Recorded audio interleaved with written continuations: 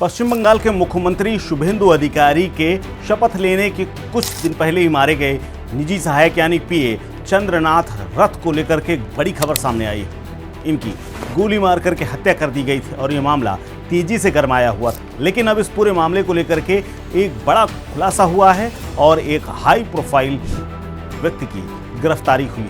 कथित तौर पर ये हाई प्रोफाइल आदमी यूपी के तमाम नेताओं से मिलता जुलता था और खुद को क्षत्रिय महासभा का महासचिव और तमाम पदों के बारे में बताता था। इसकी तमाम तस्वीरें बीजेपी के नेताओं के साथ वायरल हो रही हैं। लेकिन इसको यूपी एसटीएफ और बंगाल पुलिस ने धर दबोचा है और इसको लेकर के कोलकाता चली गई है। जी हाँ, इस शख्स का नाम है राज सिंह, जो कि बलिया का रहने वाला है और पूरे इलाके में कुख्यात शार्प शूटर के नाम से मशहूर है और ये 2 बार चुनाव भी लड़ चुका है।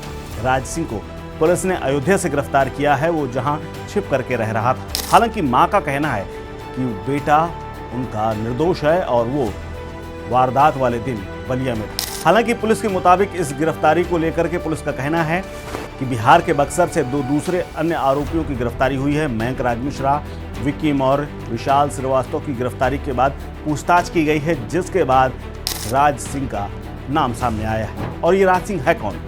राज सिंह, जिसकी बीजेपी के तमाम नेताओं के साथ फोटो वायरल हैं, ये यूपी के बलिया का रहने वाला है, आनंद नगर मोहल्ले में रहता है और उसकी पहचान कुख्यात शार्प शूटर के रूप में है। इसके अलावा ये पहले भी कई आरोपों में घिरा रहा है। 2 बार चुनाव लड़ चुका है, 1 बार सभासद का और 1 बार ब्लॉक प्रमुख का। हालांकि अब इसका नाम चंद्रनाथ रथ हत्याकांड में आया है और उसके बाद इसको गिरफ्तार किया गया है। पुलिस सूत्र बताते हैं कि हाई प्रोफाइल टारगेट किलिंग में इस्तेमाल होने वाला प्रोफेशनल हमलावर यही है और इसकी रौबदार मूछें देख करके आपको भी अंदाजा नहीं होगा कि ये नेता से कब शार्प शूटर बन गया। आपको बता दें कि 6 मई की रात को कोलकाता के पास मध्यम ग्राम इलाके में चंद्रनाथ रथ की गाड़ी को घेर करके हमला किया गया था और पॉइंट ब्लैंक यानी बेहद कम रेंज से उनके ऊपर 10 राउंड गोलियां चलाई गई थी, जिसमें ऑस्ट्रियन निर्मित ग्लॉक पिस्टल का इस्तेमाल किया गया था और यह हत्या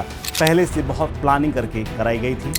शुभेंदु अधिकारी ने इस घटना को राजनीतिक साजिश बताया था। हालांकि अब तक राजनीतिक मामला इसमें नहीं आया है, लेकिन ये तमाम आरोपियों की गिरफ्तारी के बाद ये माना जा रहा है कि हर एक राज पुलिस खोल करके रहेगी। पुलिस की कार्रवाई और बंगाल एसटीएफ समेत तमाम टीमें इनकी छापेमारी में लगी हुई थी। बिहार की टीम भी छापेमारी कर रही थी, डिजिटल ट्रैकिंग हो रही थी, सीसीटीवी और टेक्निकल सर्विलांस समेत तमाम आधार बना करके इनकी गिरफ्तारियां की गई हैं। राज सिंह समेत कुल 3 शूटर अब तक गिरफ्तार हो चुके हैं। आगे मास्टरमाइंड और साजिशकर्ताओं की भी तलाश जारी है। ये मामला पश्चिम बंगाल की सियासत को हिला देने वाला था। बीजेपी ने इसे राजनीतिक हत्या बता करके कई बातें कही थी, जबकि टीएमसी ने कहा था कि इसमें कई पेच हैं और इसमें बड़े खुलासे हो सकते हैं, इसलिए इसकी सीबीआई जांच होनी चाहिए। हालांकि शुभेंदु अधिकारी ने कहा था कि इसकी सीबीआई की कोई ज़रूरत नहीं है, एसआईटी ही इसका पूरा खुलासा कर दे। लेकिन सबसे बड़ा सवाल ये है कि क्या यूपी का राज सिंह सिर्फ एक शूटर था या फिर इसके पीछे कोई नकाबपोश और बैठा हुआ है?